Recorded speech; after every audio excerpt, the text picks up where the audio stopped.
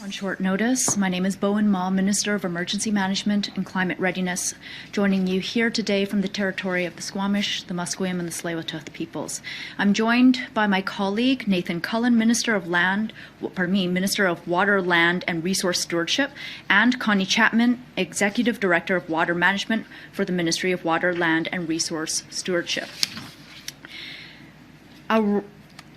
Our work to fully understand and prepare for the Chilcotin River landslide situation remains highly active, and we continue to coordinate closely with communities down along the Chilcotin River as well as along the Fraser down to Hope to plan for potential flooding and debris flow. We continue to plan for worst-case scenarios, and current modeling indicates that an overtopping of the dam is more likely than a sudden release or break of the dam. Depending on the distribution and nature of the overtopping flow, the impacts could still be significant. Please keep in mind, this is not a confirmation of what will occur. Rather, it is not the only scenario that we are planning for, but it is one that we are planning for. While we do not have any definitive timeline on when water will begin to release, our latest modeling continues to indicate that it would take 12 to 24 hours for that water to reach Hope. All this to say that there will be time to alert people at risk along the way if they must evacuate. If evacuation becomes necessary, we will issue BC emergency alerts to cell phones, radio, and television. These alerts are only issued when there is an extreme risk to public safety, so if you receive one, please take it seriously. It remains imperative for people, especially those living along the Chilcotin downstream of the landslide, to be prepared to leave on a moment's notice if necessary. Please make sure that you have your grab-and-go bags. Make sure you have an emergency plan that considers all family members and pets. If you are placed under an evacuation alert or evacuation order, please follow all directions from your local government or First Nation. Stay off of and away from both the Chilcotin and Fraser Rivers this long weekend. We are committed to providing information as it becomes available, and continue to stay up to date with the latest information through emergencybc.ca. Pardon me, it's emergencyinfobc.ca. I'd now like to pass it on to Minister Cullen. Thank you very much. Thank you very much, Minister Ma. My computer's decided to freeze. As you've heard, this remains a dynamic and very concerning situation. Our experts have gathered critical information over the last number of hours and will continue to monitor on a 24-hour basis to assess the landslide and the conditions above and below the site. We are much better positioned today in our understanding of the nature of the slide and its potential impacts. We now have monitoring equipment, time-lapse cameras, sending updated images throughout the day. The Water Survey of Canada is also in stage to gauge on the lake behind the dam to monitor the water level and its rate of change. Because this monitoring is in effect 24 hours, 7 days a week, we can ensure we have the best information available so we can understand the dynamic situation. Expert and analysts are also preparing a 2D model to map out best case and worst case scenarios for what may happen in the hours, days, and weeks ahead. As mentioned yesterday, the lake level might rise to the point where water begins to flow over the top of the dam and re-enter the riverbed below. It's also possible that the water will seep through the dam and make its way downstream that way. We cannot emphasize enough how important it is for people living in the area and downstream of the slide to remain vigilant and stay away from the river for their own safety. We continue to work side by side with First Nations, regional government, and the Federal Department of Fisheries and Oceans to respond to this landslide and mitigate the risks, to assist local communities, and to evaluate the potential impacts on salmon and other fish in the affected waterways. I'd like to take a moment to acknowledge the expertise of First Nations partners, government specialists, engineers, hydrologists, and many, many others who are working tirelessly to assess the situation and prepare for every eventuality. First Nations in particular are critical partners in this, as they've lived by the river since time immemorial, and their insights and advice remain invaluable to us in this dynamic situation. The situation is dynamic. It remains a real concern to our communities in the province, and we are deploying the resources and preparing for each scenario and continuing to refine our models as we learn more. I'll now turn it back to Minister Ma. We are now going over her comments.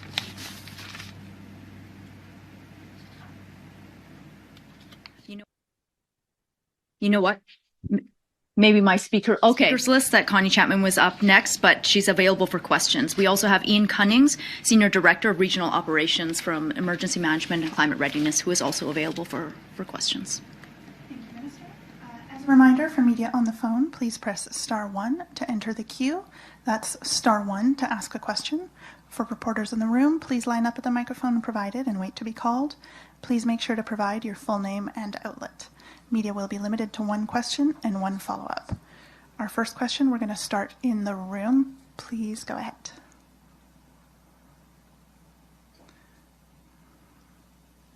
Joe Sadowski with City News. I was speaking with an expert yesterday who talked about the best ways to deal with this landslide, and he mentioned that potential bombing of the landslide would be a possible solution. I just wanted to know your thoughts on that and if that's at all a possibility.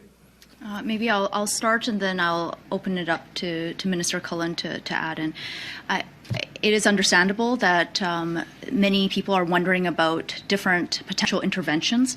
It is incredibly important that while we are working to understand the nature of the landslide and the likely scenarios without intervention, that any intervention we consider be, first off, we have to, let me rephrase this.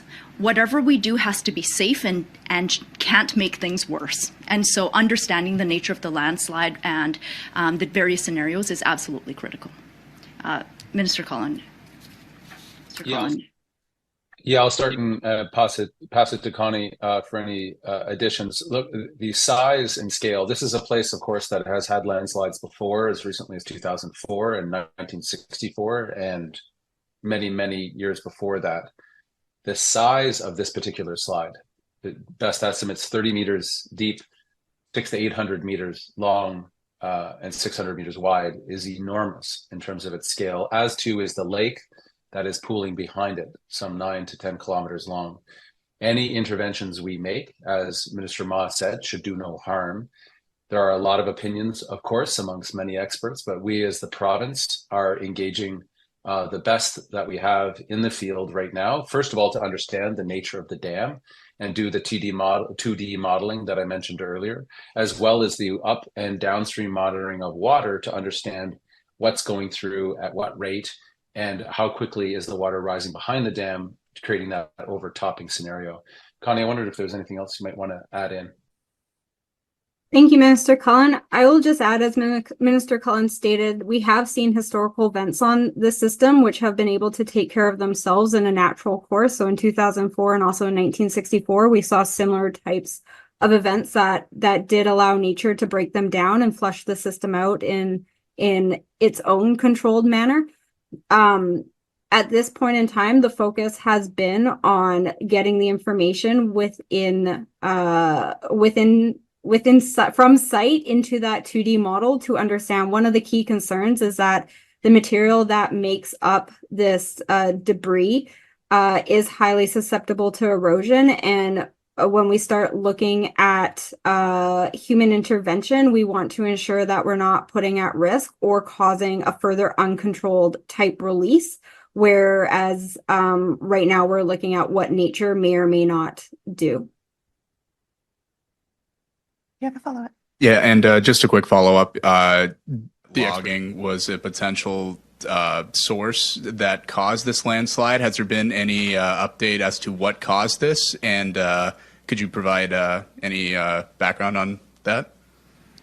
I think right now the focus is on understanding the nature of this landslide and what is going to happen behind the landslide and downstream of the landslide over the next 24, 48 hours, or however long this event takes place. There will be absolutely time to talk about the causes, but right now the province's focus is on the current situation at hand.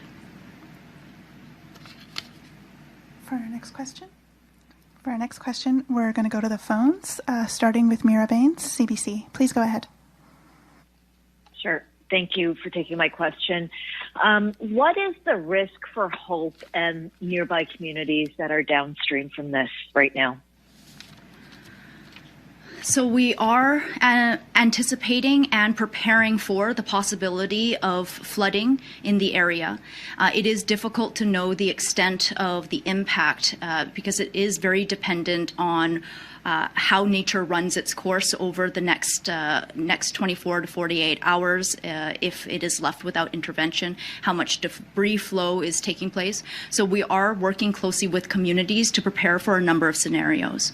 I will say at this time, our modeling does not indicate a likely need for mass evacuations. However, this is based on information that is actively being developed and underway. And we do need people to be prepared for the worst case scenario, which is why we are asking everyone who lives by the Chilcotin River and the Fraser River, between the Chilcotin River and Hope, to be prepared with an emergency grab and go bag in case. If there is a catastrophic event that takes place, we are receiving on-site data visual data every 15 minutes, and we do anticipate that it will take between 12 to 24 hours for that water and that debris to reach Hope. So we're talking about a number of hours that are available to us to notify the public of any impending impacts. Mira, did you have a follow-up?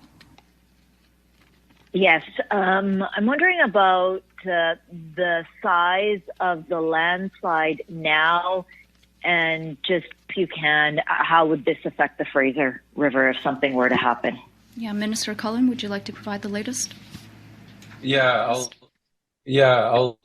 happy to pass that over to Connie. Just in terms of our latest updating, I will say that the province made some significant investments in LiDAR mapping across this region. We've been processing that data. Some of that we've been able to put forward from the good folks at GOBC, and flying again to update and understand what has changed since our first pass and those first maps.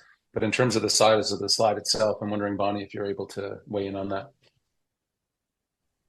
Thank you, Minister Cullen. Currently, the information that we have in regards to the slide is that it's roughly 1,000 meters in length. It is about 600 meters in width.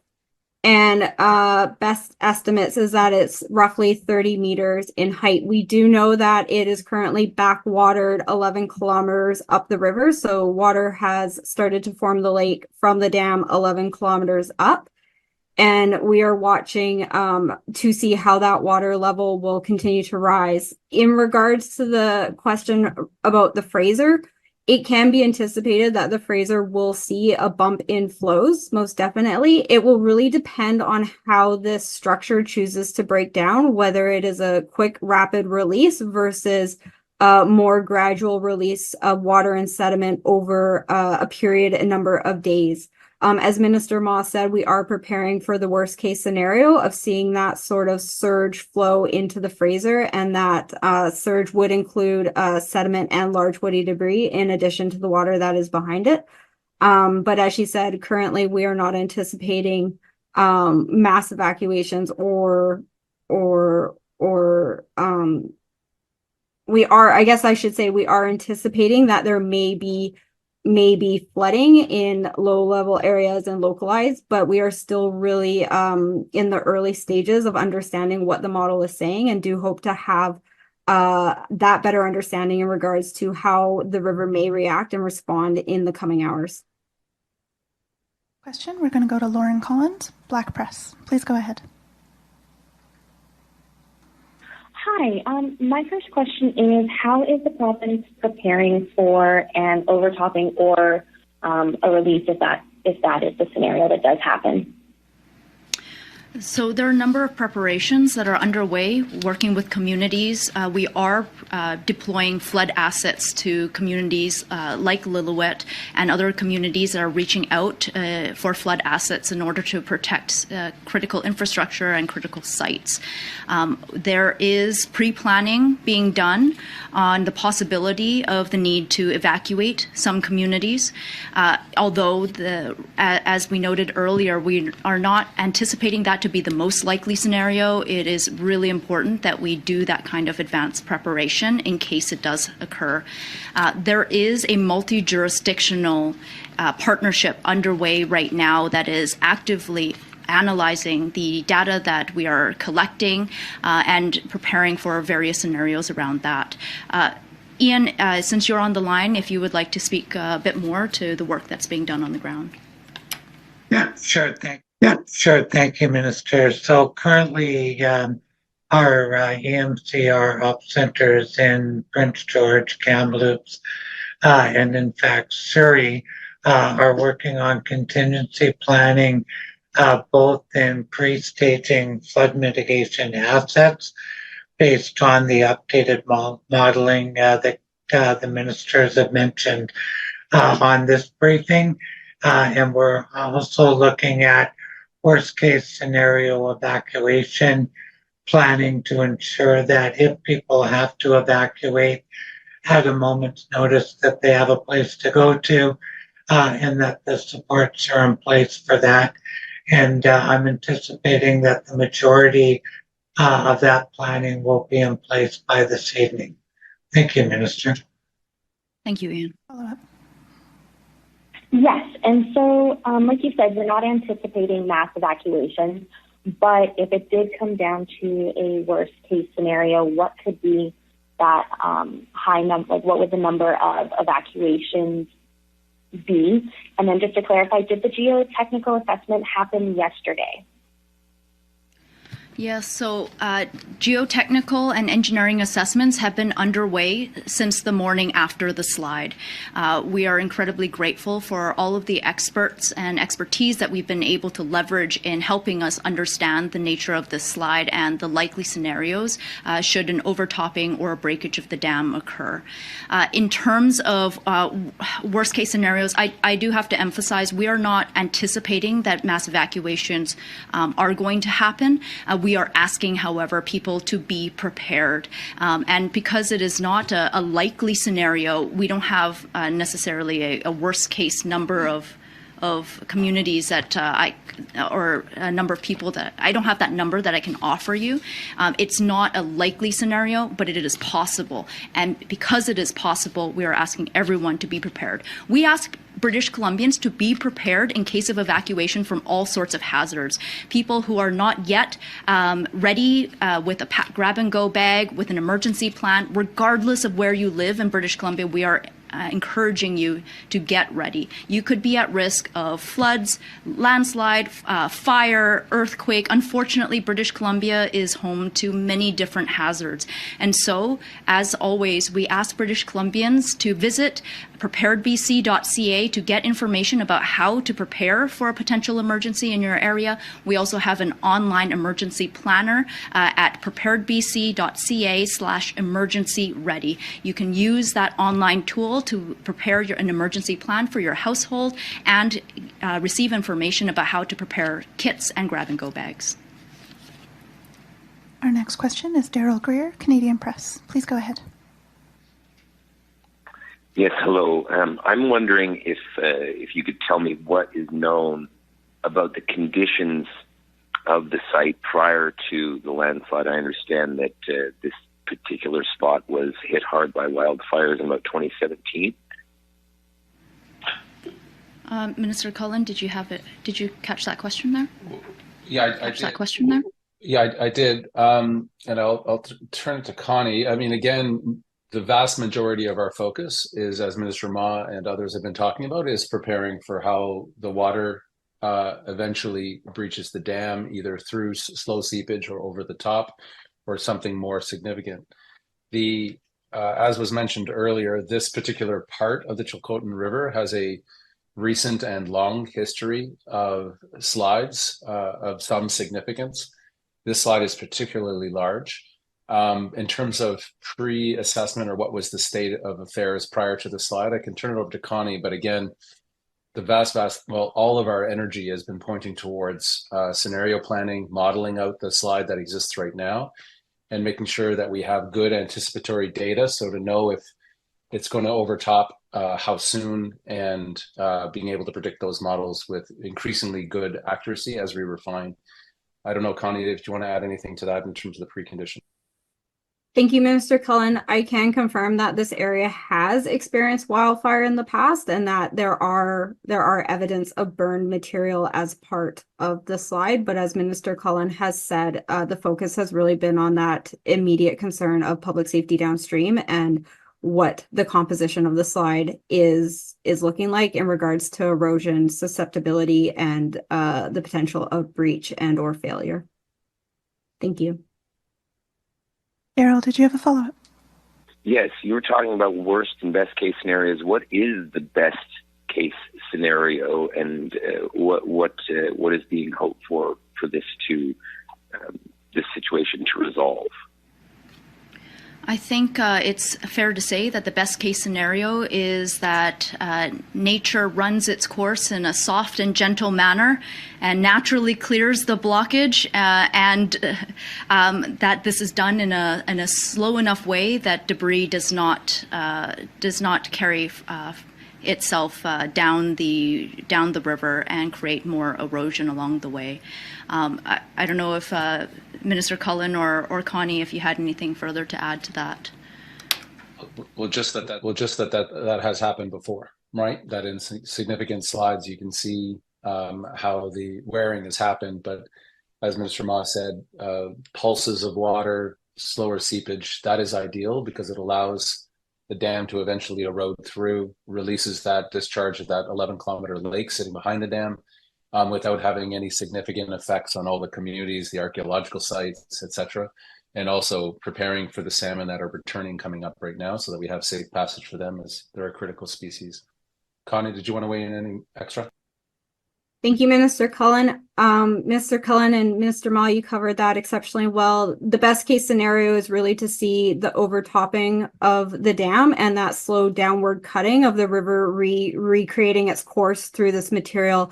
That would allow for small pulses of water to move the debris and sediment downstream in more of a controlled manner than a pulse or a surge, where we would experience further scouring and erosion along the channel bed, but also the redistribution of the material, recognizing that streams and rivers are extremely dynamic sources, and these are natural phenomenons that occur, and the integration of sediment and debris into systems is also what keeps our rivers and aquatic ecosystems healthy.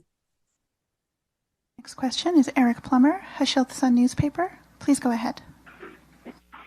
Hi, thank you for taking my question. At this point, what do we know about how this landslide has affected salmon migration and habitat in the river? Minister Cullen? I think it's early to tell. Again, we're anticipating and talking with fish biologists, local First Nations, and further down the stream, we're anticipating the major run coming in the next 7 to 14 days.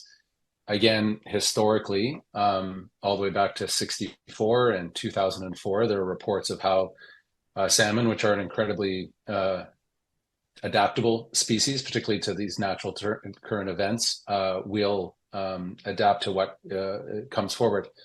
One concern, though, and this is not just true of the Chilcotin and Fraser River systems, is water temperatures.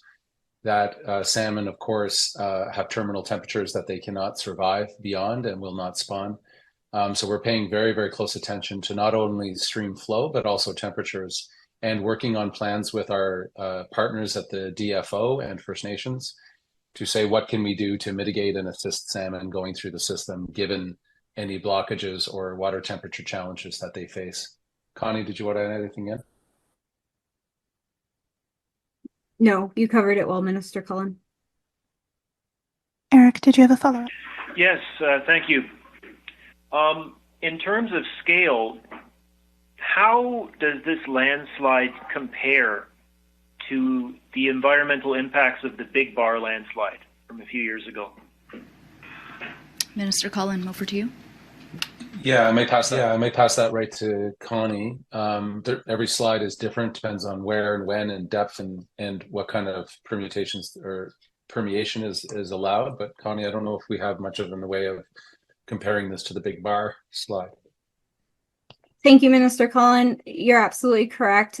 We don't have much as of yet in regards to comparison, though I do just want to highlight that the Big Bar slide and this slide are composed of very different materials. So the Big Bar slide was rock, and that is a much more stable type of slide, harder to move, and is a longer term sort of natural infrastructure barrier that is placed within the river system. The current slide is really composed of fine silt sands and clays, glacial lacustrine type material. And we do know that it is more susceptible to erosion and movement than rock within the river. So we are dealing with two very different materials that are blocking the river, and therefore these slides will respond different as to how the water moves through them. Our final question, Castanet, please go ahead. Hey, thanks for taking my question.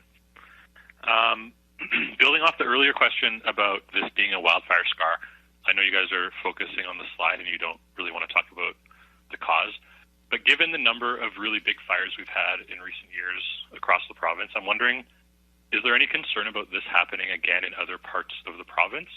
Or, I guess, is this area uniquely susceptible to slides? I guess what I would say is that a lot of the hazards that impact communities, impact the environment, impact our economy here in British Columbia are all connected. This is why when it comes to talking about the impacts of climate change, the work to mitigate the impacts of climate change and the work to actually deal with climate change is so incredibly important. When you have historically poor forest management practices that result in clear cutting in certain areas or an excess of fuel that result in help wildfires burn hotter in other areas, you end up with scarred landscape that is more susceptible to debris flows and landslides. And then you exacerbate that with drought. You end up with scenarios where you can have drought at the same time as flooding in the province. When we're talking about extreme heat events and extreme cold events, all of these events are related. It is incredibly important that British Columbians continue to do the work that we do to mitigate the impacts of disasters before they happen, but also to do our part in driving down greenhouse gas emissions that cause climate change in the first place. Tim, did you have a follow-up? Yeah, I guess I'll ask again. Is there concern about this happening in other parts of the province? Or is the Chilcotin area uniquely susceptible to this stuff? Well, I don't know if we can answer to the extent of this exact scenario, but landslides are absolutely a hazard in British Columbia, and we have seen the impacts in many parts of the province. And that's all the questions we have for today. Thank you, everyone, for joining.